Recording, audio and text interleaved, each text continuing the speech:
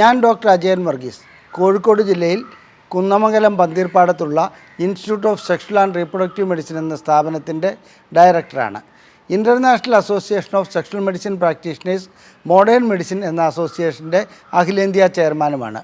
ഇന്ന് ഞാൻ നിങ്ങളോട് സംസാരിക്കുവാൻ പോകുന്നത് കരൾ രോഗവും ലൈംഗിക ശേഷിക്കുറവും എന്ന വിഷയത്തെക്കുറിച്ചാണ്. എന്താണ് കരൾ, എന്താണ് ലൈംഗിക ശേഷിക്കുറവ്, ഇത് തമ്മിൽ എങ്ങനെ ബന്ധപ്പെട്ടിരിക്കുന്നു എന്നുള്ള കാര്യങ്ങളാണ് ഞാൻ നിങ്ങളോട് സംസാരിക്കുന്നത്.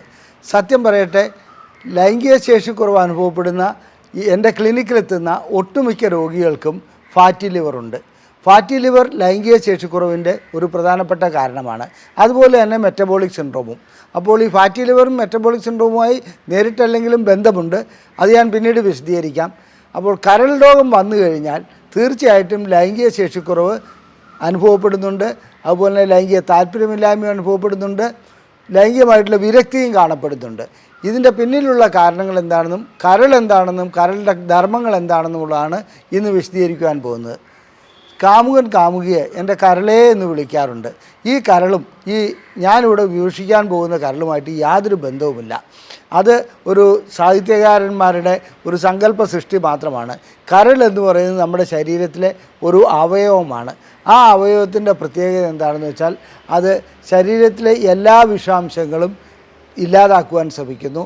ഒരു 95% അതിന് വിജയിക്കുവാനും കഴിയുന്നുണ്ട്. പിന്നെ അതുകൂടാതെ കരളിനൊരു പ്രത്യേകതയുണ്ട്. ചില ഹോർമോണുകളും അതുപോലെ നാം കഴിക്കുന്ന ഗ്ലൂക്കോസിൽ നിന്ന് വരുന്ന ഗ്ലൂക്കോസ് ഇതിനൊക്കെ മാറ്റി ഗ്ലൈക്കോജൻ അങ്ങനെയുള്ള ചിലതായി സ്റ്റോർ ചെയ്ത് വയ്ക്കാനും എപ്പോൾ ആവശ്യം വരുന്നു അപ്പോൾ തിരിച്ച് ഗ്ലൂക്കോസാക്കി മാറ്റാനും മറ്റുമുള്ള കഴിവ് ആർക്കുണ്ട്? കരളിനുണ്ട്. അതുപോലെ തന്നെ കരളിന് അന്നജത്തെ അഥവാ പ്രോട്ടീൻ എന്ന ഘടകത്തെ വിഭജിച്ചിട്ട് അമോണിയ ആക്കാനും കാർബൺ ഡൈ ഓക്സൈഡ് ആക്കാനുമുള്ള കഴിവുമുണ്ട്.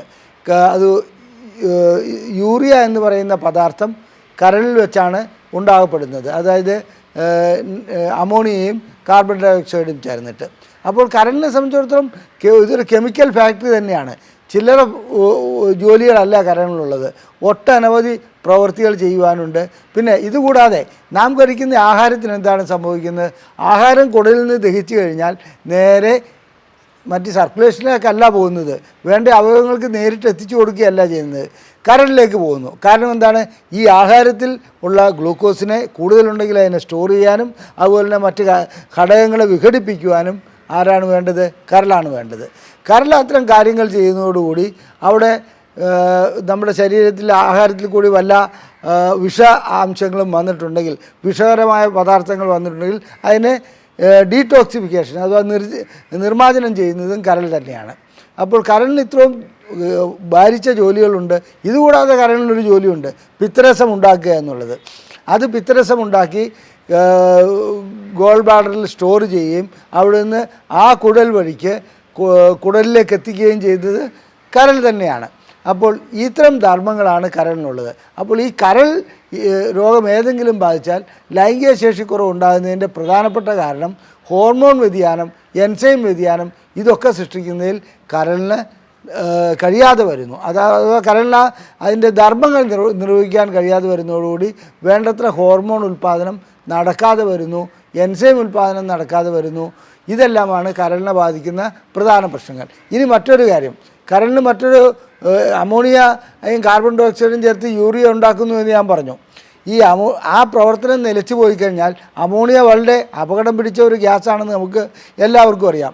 അമോണിയ നേരെ തലച്ചോറിലേക്ക് ചെല്ലുന്നു, തലച്ചോറിൽ എൻസെഫലോപ്പതി ഉണ്ടാക്കുന്നു. ഇതും അങ്ങനെ എൻസെഫലോപ്പതി ഉണ്ടാക്കാത്ത അഥവാ അമോണിയ കൂടുതൽ രക്തത്തിൽ കലർത്താത്തതിൻ്റെ കാരണം കരളിൻ്റെ പ്രവർത്തനം മൂലമാണ്. അപ്പോൾ കരൾ നമുക്ക് ചെയ്തു തരുന്നത് ചില്ലറ ധർമ്മങ്ങളൊന്നുമല്ല. എന്നാൽ ചില ആളുകളെ സംബന്ധിച്ചിടത്തോളം കരളിനെ എത്രത്തോളം ഉപദ്രവിക്കാവോ അത്രത്തോളം ഉപദ്രവിക്കുക എന്നുള്ളതാണ് ആ വ്യക്തികളുടെ പരിപാടി. മദ്യം കഴിക്കുക, സിഗരറ്റ് വലിക്കുക, അതുപോലെ തന്നെ ആവശ്യത്തിന് വലിച്ചു വാരി തിന്നുക, അതിൻ്റെ ലോഡിനേക്കാളും കൂടുതൽ അതിലേക്ക് ദഹിച്ച ആഹാരം എത്തിക്കുക, ഇതെല്ലാം ചെയ്യുമ്പോൾ കരൾ ക്ഷീണിച്ച് പോകാറുണ്ട്. പിന്നെ കരളിന് വേറൊരു പ്രത്യേകതയുണ്ട്.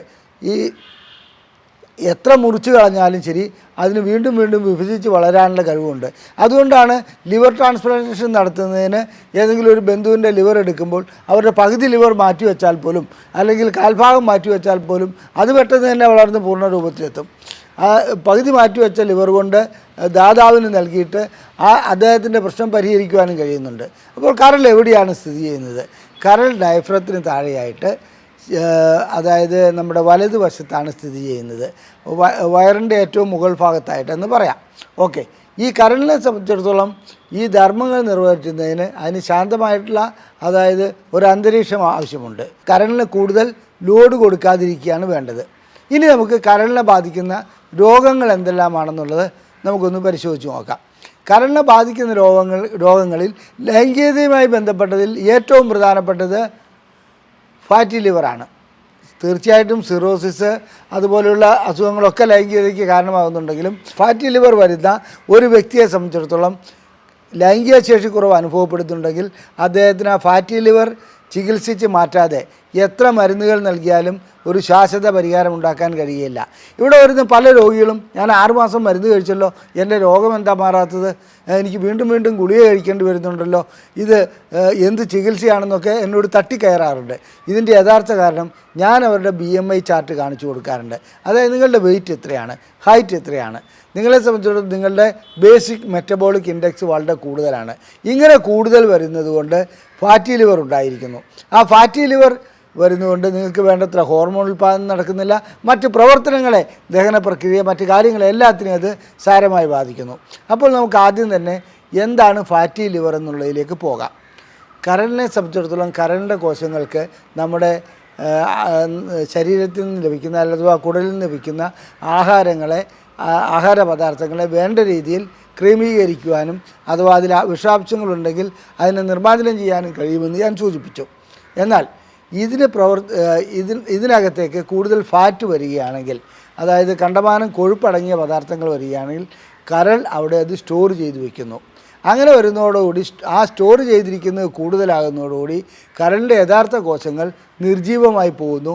അത് മെല്ലെ മെല്ലെ ഫാറ്റ് മാത്രം നിറഞ്ഞു വരുന്ന ഒരവസ്ഥയിലേക്ക് വരുമ്പോൾ കരളിന് വേണ്ടത്ര പ്രവർത്തനം നടത്താൻ വരാതെ വരുന്നു. ഇതാണ് ഫാറ്റി ലിവർ.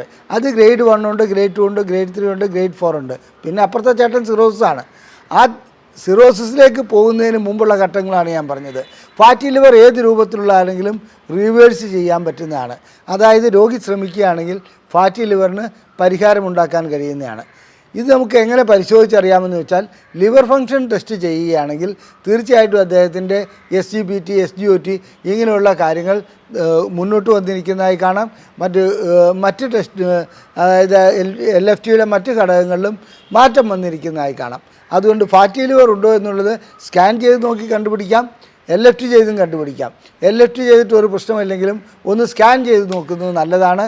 അങ്ങനെ കാണപ്പെടുന്ന ഫാറ്റി ലിവറിന് വ്യായാമം നല്ല രീതിയിൽ ചെയ്യുകയാണെങ്കിൽ നല്ലതാണ്, ആഹാര നിയന്ത്രണം നല്ലതാണ്. ഇങ്ങനെയുള്ള കാര്യങ്ങൾ ചെയ്യുകയാണെങ്കിൽ ഫാറ്റി ലിവർ നമുക്ക് റിവേഴ്സിബിളാണ്. ഫാറ്റി ലിവർ വഴിക്കുണ്ടാകുന്ന ലൈംഗിക ശേഷിക്കുറവും നമുക്ക് ശാശ്വതമായി പരിഹരിക്കുവാൻ കഴിയും. ഇനി ഫാറ്റി ലിവർ 2 തരത്തിലുണ്ട്. ഒന്ന് മദ്യം കഴിച്ചതുകൊണ്ടുണ്ടാകുന്ന ഫാറ്റി ലിവർ, അതായത് മദ്യപാനികൾക്കുണ്ടാകുന്ന ഫാറ്റി ലിവർ. അടുത്തത് മദ്യം ഒട്ടും ഉപയോഗിക്കാത്ത വ്യക്തികൾക്കും ഫാറ്റി ലിവർ ഉണ്ടാകാറുണ്ട്. അതിൻ്റെ കാരണം അവരുടെ അമിതവണ്ണവും അതുപോലെ തന്നെ പ്രഷർ, പ്രമേഹം, കൊളസ്ട്രോൾ എന്നിവയുമാണ്. ഇത്തരം വ്യക്തികളെ സംബന്ധിച്ചിടത്തോളം, അതായത് none alcoholic fatty liver disease, അത്തരം വ്യക്തികളെ സംബന്ധിച്ചിടത്തോളം വളരെയധികം ശ്രദ്ധിക്കേണ്ട കാര്യം അവരുടെ ആഹാര രീതിയിൽ മാറ്റം വരുത്തുക, പ്രഷർ നിയന്ത്രിക്കുക, കൊളസ്ട്രോൾ നിയന്ത്രിക്കുക, പ്രമേഹം നിയന്ത്രിക്കുക. ഇങ്ങനെയൊക്കെ ചെയ്താൽ ഫാറ്റി ലിവർ മാറ്റിയെടുക്കാവുന്നതേ ഉള്ളൂ. മദ്യപാനിയെ സംബന്ധിച്ചിടത്തോളം മറ്റൊരു കാര്യവുമില്ല. മദ്യം നിർത്താതെ ഒരിക്കലും ഫാറ്റി ലിവർ മാറുന്ന പ്രശ്നമില്ല. കഴിക്കും തോറും അതിനകത്ത് പ്രശ്നങ്ങൾ ഉണ്ടായിക്കൊണ്ടേയിരിക്കും. ഇനി നമുക്ക് സിറോസിലേക്ക് പോകാം. എന്താണ് സിറോസിസ്? സാധാരണഗതിയിൽ ഞാൻ നേരത്തെ സൂചിപ്പിച്ചു, ലിവർ വളരെ ശക്തിമത്തായ, അതായത് എല്ലാ കാര്യങ്ങളും ചെയ്യാൻ കഴിയുന്ന ഒരു അവയവമാണ്. അത് എവിടെ നിന്ന് വരുന്നു? നമ്മുടെ ആഹാരം, കുടലിൽ നിന്ന് വരുന്ന ആഹാരത്തെ സ്റ്റോർ ചെയ്യുന്ന കാര്യങ്ങളൊക്കെ ഞാൻ പറഞ്ഞു കഴിഞ്ഞു. അപ്പോൾ ഇങ്ങനെയുള്ള കാര്യങ്ങൾ ചെയ്യുമ്പോൾ ഇതിനകത്ത് അതിൻ്റെ പ്രവർത്തനം വളരെയധികം കൂടുതലാകുകയാണെങ്കിൽ ഫാറ്റി ലിവർ ഉണ്ടാകുമെന്ന് പറഞ്ഞു. ഈ ഫാറ്റി ലിവറിന് മുന്നോട്ട് പോകുന്ന അവസ്ഥയാണ് സിറോസിസ്. അത് ആൽക്കഹോളിക് വഴിക്കും വരാം, അല്ലാതെയും വരാം. അങ്ങനെ സിറോസിസ് വരുമ്പോൾ ഫാറ്റി ലിവറിൻ്റെ അതായത് ലിവറിൻ്റെ കോശങ്ങൾ ആദ്യം കൊഴുപ്പ് വന്നടയുന്നു, പിന്നെ അത് ഒന്നിനും കൊള്ളില്ലാത്ത ഫൈബ്രോസിസ് ആകുന്നു, അതായത് ഫൈബ്രസ് ആയി മാറുന്നു. അങ്ങനെ വരുന്നതോടുകൂടി സിറോസിസ് ആരംഭിക്കുന്നതോടുകൂടി കരളിന് പ്രവർത്തിക്കുവാൻ കഴിയാതെ വരുന്നു. വാസ്തവത്തിൽ കരളിന് ഒരു 1/10 ഭാഗം മാത്രം പ്രവർത്തിച്ചാലും നമ്മുടെ ശരീരത്തിലെ സാധാരണ ഒരു മനുഷ്യൻ്റെ പ്രവർത്തനങ്ങളെല്ലാം മുന്നോട്ട് കൊണ്ടുപോകാൻ കഴിയും. എന്നിരുന്നാലും അതുപോലും സാധ്യമാകാത്ത രീതിയിൽ സിറോസിസ് പുരോഗമിക്കുന്നതോടുകൂടി അദ്ദേഹത്തിനെ സംബന്ധിച്ചിടത്തോളം അദ്ദേഹത്തിൻ്റെ ഡീടോക്സിഫിക്കേഷൻ, അതായത് അമോണിയ കൂടുതലായി ശരീരത്തിലുണ്ടാകുന്നു, തലച്ചോറിനെ ബാധിക്കുന്നു, പിന്നെ ഹോർമോണുകൾ ഉൽപ്പാദിപ്പിക്കാൻ കഴിയാതെ വരുന്നു. ഇതുകൊണ്ട് സിറോസിസിൻ്റെ ആരംഭത്തിൽ ലൈംഗിക ശേഷിക്കുറവ് കാണും, ലൈംഗിക താല്പര്യക്കുറവ് കാണും, ലൈംഗിക വിരക്തി കാണും. ഇങ്ങനെ ലൈംഗികമായിട്ടുള്ള ഏതെങ്കിലും ഒരു അമിതവണ്ണമുള്ള ഒരു വ്യക്തിക്ക് അല്ലെങ്കിൽ മദ്യം കഴിക്കുന്ന ഒരു വ്യക്തിക്ക് അനുഭവപ്പെടുകയാണെങ്കിൽ ആദ്യം നാം ടെസ്റ്റ് ചെയ്യേണ്ടത് കരളാണ്, അതായത് ലിവർ ഫങ്ഷൻ ടെസ്റ്റാണ്. അതിൻ്റെ സ്കാനിങ് നടത്തേണ്ടതുണ്ട്. അതുപോലെ തന്നെ ആ രീതിയിൽ എന്തെങ്കിലും പ്രശ്നങ്ങൾ ഇദ്ദേഹത്തിന് ഞരമ്പ് സംബന്ധമായതിലേക്ക് മാറിയിട്ടുണ്ടോ, ഹോർമോൺ സംബന്ധമായിട്ട് മാറിയിട്ടുണ്ടോ എന്നെല്ലാം ചെക്ക് ചെയ്യേണ്ടതുണ്ട്. സിറോസിസ് ഒരിക്കൽ ആരംഭിച്ചു കഴിഞ്ഞാൽ ചികിത്സിക്കുക വളരെയധികം ദുഷ്കരമാണ്. മാത്രമല്ല സിറോസിസ് പുരോഗമിക്കുന്നതോടുകൂടി അദ്ദേഹത്തിൻ്റെ കരളിന് ഒട്ടും ലോഡ് താങ്ങാൻ വയ്യാത്ത അവസ്ഥയാവുന്നു. അല്പമെങ്കിലും പ്രോട്ടീൻ കഴിക്കുകയാണെങ്കിൽ അതിനെ വിഘടിപ്പിക്കാൻ കഴിയാതെ വരുന്നു, അഥവാ യൂറിക് ആസിഡാക്കി മാറ്റാൻ കഴിയാതെ യൂറിയാക്കി മാറ്റാൻ കഴിയാതെ വരുന്നു. ഇങ്ങനെ വരുന്നതോടുകൂടി അദ്ദേഹത്തിൻ്റെ തലച്ചോറിൽ ഒരു പ്രത്യേക രീതിയിൽ അമോണിയ ചെല്ലുന്നതോടുകൂടി എൻസെഫലോപ്പതി പോലെയുള്ള രോഗങ്ങൾ ഡെവലപ്പ് ചെയ്യുന്നു. അപ്പോൾ സിറോസിസ് എന്ന് പറയുന്നത് അത് വന്നു ചേരാതിരിക്കുകയാണ് വേണ്ടത്. വന്നു ചേർന്നതിന് ശേഷമുള്ള ചികിത്സ വളരെ ദുഷ്കരമാണ്. നിയന്ത്രിച്ച് പോയാൽ സിറോസിസും കൺട്രോൾ ചെയ്ത് പോകാൻ കഴിയും. എന്നാൽ വീണ്ടും അതേ രീതിയിലുള്ള നാം തെറ്റുകൾ ആവർത്തിക്കുകയാണെങ്കിൽ ഒരിക്കലും കരൾ അതിന് പുറത്തു തരികയില്ല. കരൾ ഇതിലേക്ക് പോകും, അതായത് പരിപൂർണമായി പരാജയത്തിലേക്ക് പോകും. ആ വ്യക്തിയെ സംബന്ധിച്ചിടത്തോളം മഞ്ഞപ്പിത്തത്തിലേക്ക് പോകുന്നു, വീണ്ടും അദ്ദേഹത്തിന് എൻസെഫലോപ്പതിയിലേക്ക് പോകുന്നു, മരണത്തിലേക്ക് അത് പോവുകയും ചെയ്യും. ഇതാണ് സിറോസിസിൻ്റെ അവസ്ഥ. ഇനി നമുക്ക് സിറോസിസ് ഉണ്ടാകാനുള്ള മറ്റ് കാരണങ്ങളെക്കുറിച്ച് നോക്കാം. ഞാൻ ആദ്യം പറഞ്ഞു, തീർച്ചയായിട്ടും സിറോസിസ് ഉണ്ടാകാനുള്ള കാരണങ്ങളിൽ ഒന്നാണ് മദ്യപാനം. അതുപോലെ തന്നെ ഫാറ്റി ലിവർ ഒരു കാരണമാണ്. ഇതുകൂടാതെ നമുക്ക് വന്നു ചേരുന്ന പലതരം മഞ്ഞപ്പിത്തങ്ങളും ഭാവിയിൽ സിറോസിസ് ഉണ്ടാക്കാനുള്ള വളരെയധികം സാധ്യതയുണ്ട്. അതിൽ ഹെപ്പറ്റൈറ്റിസ് ബി എന്ന ഒരു വൈറസ് ഉണ്ട്. ഹെപ്പറ്റൈറ്റിസ് എ വന്നു കഴിഞ്ഞാൽ മഞ്ഞപ്പിത്തം ഉണ്ടാകുന്നു, അതങ്ങനെ അങ്ങ് പോയി പോകുന്നു. സ്വാഭാവികമായിട്ടും അതിന് മാറ്റം വരുന്നതാണ്. ചികിത്സിച്ചില്ലെങ്കിൽ കൂടി ഒന്നും ചെയ്തില്ലെങ്കിൽ കൂടി സ്വാഭാവികമായിട്ട് മാറ്റം വരുന്നതാണ്. അതേസമയത്ത് ഹെപ്പറ്റൈറ്റിസ് ബി അങ്ങനെയല്ല, അത് ദീർഘകാലം നീണ്ടു നിൽക്കുന്ന ഒന്നാണ്. അതിന് വ്യക്തമായ ചികിത്സ ഇല്ല. എന്നാൽ ഇന്ന് ഹെപ്പറ്റൈറ്റിസ് ബിക്ക് വാക്സിനേഷനുണ്ട്. ഈ കാലഘട്ടത്തിൽ വാക്സിനേഷൻ ചെയ്യാതിരിക്കരുത്. കാരണം എപ്പോഴാണ് ഈ അസുഖം വന്ന് ഗുരുതരമായ ഒരു കരൾ രോഗത്തിലേക്ക് അത് പോവുക എന്നുള്ളത് പറയാൻ കഴിയില്ല. അതുകൊണ്ട് കുട്ടികളെയൊക്കെ ജനിച്ചാൽ ഉടനെ തന്നെ ചെയ്യേണ്ട വാക്സിനേഷൻ എല്ലാം ചെയ്യുന്നത് തന്നെയാണ് നല്ലത്. ഇനി അടുത്ത ചോദ്യം, ഈ വാക്സിനേഷൻ ചെയ്ത വ്യക്തികൾക്ക് എന്തെങ്കിലും പ്രശ്നങ്ങൾ ഉണ്ടാകാറുണ്ടോ? അങ്ങനെ സാധാരണ രീതിയിൽ ഇതുവരെ കണ്ടിട്ടില്ല. അവർക്ക് സിറോസിലേക്കൊന്നും പോയതായിട്ട് കണ്ടിട്ടില്ല. ഇനി മറ്റൊരു അസുഖമാണ് ഹെപ്പറ്റൈറ്റിസ് സി. അതുപോലെ തന്നെ ഒത്തിരി ഹെപ്പറ്റൈറ്റിസ് ഉണ്ട്. ഞാൻ സിയെ കുറിച്ച് കൂടി പറഞ്ഞുതരാം. വളരെ വളരെ അപൂർവം വ്യക്തികളിലേ അത് കാണപ്പെടുന്നുള്ളൂ. അതിന് ചികിത്സയില്ല. അതിന് വാക്സിനേഷൻ ഇപ്പോൾ ഡെവലപ്പ് ചെയ്ത് വരുന്നതേ ഉള്ളൂ. അപ്പോൾ അതുകൊണ്ട് തന്നെ എന്താണെന്ന് വെച്ചാൽ ഹെപ്പറ്റൈറ്റിസ് സി വന്നിട്ടുള്ള വ്യക്തികൾ നിയന്ത്രിച്ച് ജീവിക്കുക മാത്രമേ മാർഗമുള്ളൂ. ഇതിനിടയ്ക്ക് ഒരു കാര്യം പറയാൻ വിട്ടുപോയി. ഇത്തരം അസുഖങ്ങൾ വന്ന വ്യക്തികളെ ഏതെങ്കിലും നാടൻ ചികിത്സ നൽകാം, ഒറ്റമൂലി നൽകാമെന്നൊക്കെ പറഞ്ഞ് പലരും പ്രലോഭിപ്പിക്കാറുണ്ട്. അത് ശരിയാണെന്ന് ധരിച്ച് അവർ അതിൻ്റെ വഴിക്ക് പോകാറുമുണ്ട്. കാരണം മഞ്ഞപ്പിത്തത്തെ കാണുന്നത് എല്ലാം ഒന്നായിട്ടാണ്. മഞ്ഞപ്പിത്തം വന്നത് പല രൂപത്തിലുണ്ട്. ഒന്ന്, അണുബാധ കൊണ്ട് വരുന്നുണ്ട്. പിത്തസഞ്ചിയിൽ കല്ല് നിറഞ്ഞിട്ട് അവിടെ ബ്ലോക്ക് ആവുന്നതുകൊണ്ട് വരുന്നതുണ്ട്. അതുപോലെ തന്നെ കരളിനെ ബാധിക്കുന്ന ക്യാൻസർ കൊണ്ട് വരെ മഞ്ഞപ്പിത്തം ഉണ്ടാവും. ഏത് രൂപത്തിലാണ് ഏത് പ്രശ്നങ്ങൾ കൊണ്ടാണ് മഞ്ഞപ്പിത്തം വന്നതെന്ന് അറിയാതെ നാം ചാടിക്കയറി ഒറ്റമൂലി കഴിച്ചതുകൊണ്ട് ഒരു പ്രയോജനവും ലഭിക്കുകയില്ല. എന്നാൽ ഹെപ്പറ്റൈറ്റിസ് എയ്ക്ക് കീഴാർനെല്ലി പോലെയുള്ള മരുന്നുകൾ ഗുണം ചെയ്യാറുണ്ട്. അതിൻ്റെ അർത്ഥം എല്ലാ ഹെപ്പറ്റൈറ്റിസിനും എല്ലാ കരൾ രോഗങ്ങൾക്കും ഒരൊറ്റമൂലിയായി കീഴാർനെല്ലിയെ കാണരുത്. അതാണ് അതിനകത്ത് എനിക്ക് പറയാനുള്ളത്. ഇനി സാധാരണ രീതിയിൽ ഒരു മഞ്ഞപ്പിത്തം അനുഭവപ്പെടുന്ന ഒരു വ്യക്തി ഒറ്റയടിക്ക് എന്താണ് ചെയ്യുന്നത്? സാധാരണ ഒരു ഒറ്റമൂലിയിലേക്ക് പോകും. ഇങ്ങനെ ഒറ്റമൂലിയിലേക്ക് പോകുന്നതുകൊണ്ട് ഏതാണ് കാരണമെന്ന് കണ്ടുപിടിക്കാതെ ഒരിക്കലും ഒറ്റമൂലിയുടെ പിന്നാലെ പോകരുത്. അത് തെറ്റാണ്. അതുകൊണ്ട് ഈ ഭാവിയിൽ പറഞ്ഞ സിറോസിലേക്ക് വരെ അത് വഴിതെളിക്കും. ഒരു ഒരു പ്രത്യേക ചികിത്സകനുണ്ടായിരുന്നു, അദ്ദേഹം മരണപ്പെട്ടു പോയി. എന്നിരുന്നാലും അത് പറയാതെ വയ്യ. ആ വ്യക്തിയുടെ പേര് ഞാൻ പറയാതെ ഞാനിവിടെ പറയാം. അദ്ദേഹം എന്ത് ചെയ്തെന്ന് വെച്ചാൽ, ചികിത്സ നടത്തുന്ന ഒരു രോഗി ഹെപ്പറ്റൈറ്റിസ് സി ആയിട്ടോ എന്തോ അദ്ദേഹത്തിൻ്റെ അടുക്കൽ ചെല്ലുന്നു. അദ്ദേഹം അങ്ങനെ ഒരു രോഗമേ ഇല്ല, നിങ്ങളുടെ ശരീരത്തിനൊരു പ്രശ്നവുമില്ല എന്നൊക്കെ പറഞ്ഞ് യൂട്യൂബ് വീഡിയോയിൽ അത് ഞാൻ കണ്ടതാണ്. എന്നെ അത്ഭുതപ്പെടുത്തി പോയി. അദ്ദേഹത്തിൻ്റെ കൊണ്ട് അദ്ദേഹം ആ വ്യക്തിയുടെ രക്തം കുടിച്ചു കാണിക്കുകയാണ്. അതായത് അതിലേക്ക് ഒരു നീഡിൽ വെച്ച് കുത്തിയിട്ട് അദ്ദേഹത്തിൻ്റെ രക്തം പുറത്ത് കൈകൊണ്ട് അദ്ദേഹം വലിച്ചു കുടിക്കുന്നു. ഈ ഡോക്ടർമാർ ഇത്തരം പ്രവൃത്തികൾ ചെയ്യുകയാണെങ്കിൽ, അതായത് ചികിത്സകർ, ഞാൻ ഡോക്ടറെന്ന് അദ്ദേഹത്തെ വിശേഷിപ്പിക്കുന്നില്ല, അങ്ങനെ ചികിത്സ ചെയ്യുകയാണെങ്കിൽ അദ്ദേഹത്തിൻ്റെ വായ്ക്കകത്തുള്ള അണുക്കൾ കൂടി ഈ രോഗിയിലേക്ക് പകർത്തുകയല്ലേ അത് ചെയ്യുന്നത്. അതുകൊണ്ട് ശാസ്ത്രീയമായിട്ട് അടിത്തറയുള്ള ചികിത്സകൾ ചെയ്യുക. രക്തമെടുക്കാമല്ലോ, നമുക്ക് പരിശോധിച്ച് നോക്കാമല്ലോ. അതല്ലാണ്ട് ഇതില്ല എന്ന് പറയാൻ എങ്ങനെയാണ് ഒരു വൈദ്യർക്ക് കഴിയുക? ഇത്തരം പ്രവൃത്തികൾ കൊണ്ടൊന്നും ചികിത്സ നടക്കുന്ന കാര്യമല്ല. അപ്പോൾ ഈ മഞ്ഞപ്പിത്തങ്ങൾ ഞാൻ പല രൂപത്തിലുണ്ടെന്നുള്ളത് പറഞ്ഞു. ഈ മഞ്ഞപ്പിത്തങ്ങളെല്ലാം വന്നാൽ തന്നെ ടെസ്റ്റ് ചെയ്ത് ഏത് മഞ്ഞപ്പിത്തമാണ്, എ ആണോ ബി ആണോ സി ആണോ, ഇതെല്ലാം നോക്കിക്കഴിഞ്ഞിട്ട് ചികിത്സ നൽകുക. ഭാവിയിലേക്ക് സിറോസിസ് വരാൻ സാധ്യതയുണ്ടോ എന്ന് ഡോക്ടറോട് ചോദിച്ചറിയുക.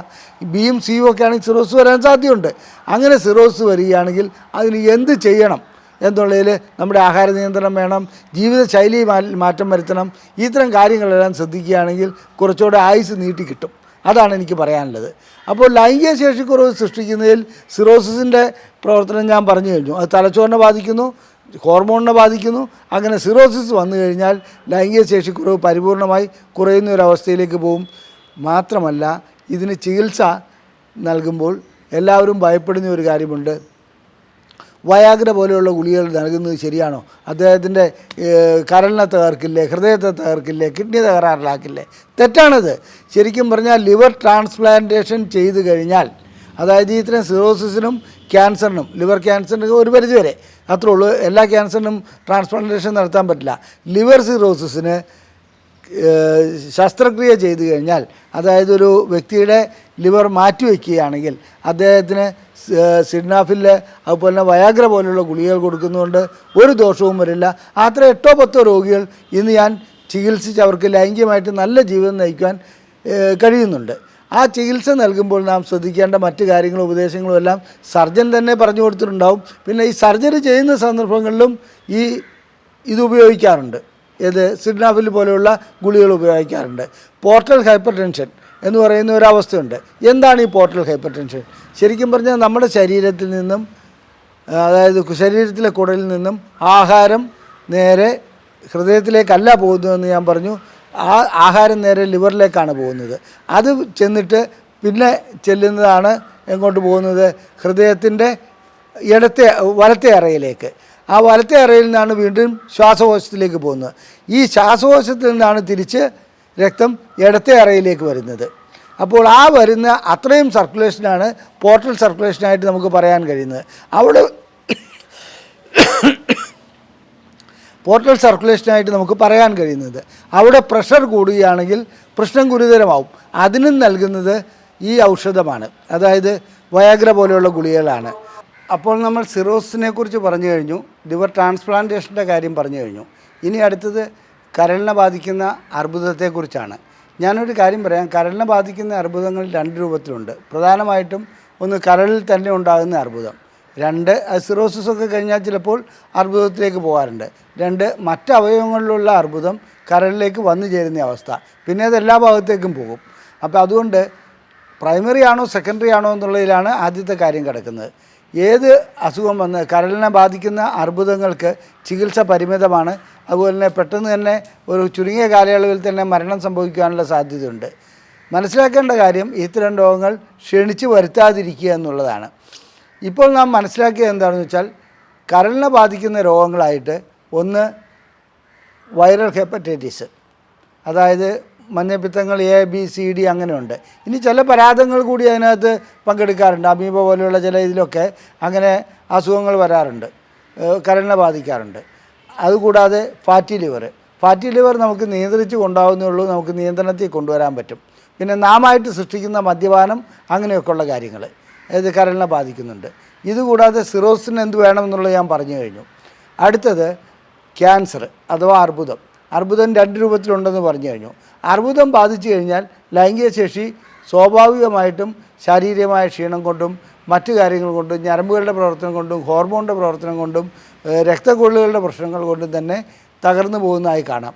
മാത്രമല്ല ഈ പോർട്ടൽ ഹൈപ്പർ ടെൻഷൻ ഉണ്ടാകുകയാണെങ്കിൽ, അതായത് അതിനകത്ത് നമ്മുടെ ഞാൻ നേരത്തെ സൂചിപ്പിച്ചു കുടൽ ഭാഗത്തു നിന്ന് കുടലിൽ നിന്ന് വരുന്ന രക്തക്കൊള്ളുകൾ മുതൽ ശ്വാസകോശത്തിലേക്ക് എത്തുന്ന ആ അവസ്ഥ വരെയുള്ള ആ രക്തക്കൊള്ളുകൾക്ക് ടെൻഷൻ കൂടുകയാണെങ്കിൽ, പ്രഷർ കൂടുകയാണെങ്കിൽ ലിംഗത്തിലേക്കുള്ള സർക്കുലേഷൻ കുറയുന്നതായി കാണുന്നുണ്ട്. ഹോർമോൺ വ്യതിയാനം പോലെ തന്നെ പ്രധാനപ്പെട്ട ഒന്നാണ് ലിംഗത്തിലേക്കുള്ള സർക്കുലേഷൻ വരേണ്ടത്. ഇവിടെ പോർട്ടൽ ഹൈപ്പർ ടെൻഷൻ കൂടുമ്പോൾ ലിംഗത്തിലേക്കുള്ള സർക്കുലേഷൻ കുറയുന്നു. അങ്ങനെ വരുമ്പോഴും ലൈംഗിക ശേഷിക്കുറവ് അനുഭവപ്പെടുന്നതായി കാണാം. ചുരുക്കത്തിൽ കരളിനെ സംരക്ഷിക്കുകയാണ് വേണ്ടത്. അതിനാവശ്യത്തിൽ കൂടുതൽ ലോഡ് കൊടുക്കുകയല്ല വേണ്ടത്. ഒരു മിതമായ വർക്കൊക്കെ കൊടുക്കുക. മെറ്റബോളിക് സിൻഡ്രോം പോലെയുള്ള അവസ്ഥകളിലേക്ക്, ഇൻസുലിൻ റെസിസ്റ്റൻസ് പോലെയുള്ള അവസ്ഥകളിലേക്ക് പോവുകയാണെങ്കിൽ, തടിച്ച് ചേർത്ത് ഇങ്ങനെ വരികയാണെങ്കിൽ തീർച്ചയായിട്ടും മനസ്സിലാക്കുക കരളിനെ അത് നേരിട്ട് ബാധിക്കും. അതുകൊണ്ട് കൊഴുപ്പ് ഒരു അപകടം പിടിച്ച അവസ്ഥയാണ്. ശരിയായ വ്യായാമം ചെയ്യുക, നമ്മുടെ വെയിറ്റ് നോക്കിക്കൊണ്ടിരിക്കുക, അതൊരു പരിധിയിൽ കവിഞ്ഞ് കൂടാൻ അനുവദിക്കാതിരിക്കുക. ഇതെല്ലാമാണ് കരളിനെ സംരക്ഷിക്കാനുള്ള ഏറ്റവും നല്ല മാർഗം. അതുകൂടാതെ ഞാൻ നേരത്തെ സൂചിപ്പിച്ച ലഹരി പദാർത്ഥങ്ങളും മദ്യപാനവും പരിപൂർണമായി ഉപേക്ഷിക്കുക. പിന്നീട് ലൈംഗികമായിട്ടുള്ള ശേഷിക്കുറവ് ഏതെങ്കിലും രൂപത്തിൽ അനുഭവപ്പെടുന്നുണ്ടെങ്കിൽ അത് കരളിൻ്റെ പ്രശ്നം കൊണ്ടാണോ എന്നുള്ളത് നാം ടെസ്റ്റ് ചെയ്ത് നോക്കേണ്ടതുണ്ട്. ബാക്കി എല്ലാ ടെസ്റ്റും ചിലപ്പോൾ നോർമലായിരിക്കും. എന്നിരുന്നാലും ലിവർ ഫങ്ഷൻ ടെസ്റ്റും ലിവറിൻ്റെ സ്കാനിങ് ചെയ്യണമെങ്കിൽ സ്കാനിങ്ങും ചെയ്തു നോക്കി നമുക്ക് കാര്യങ്ങളിലേക്ക് വരുവാൻ കഴിയും. അതിനുശേഷം നാം അതിനുള്ള ചികിത്സകളിലേക്ക് വരിക.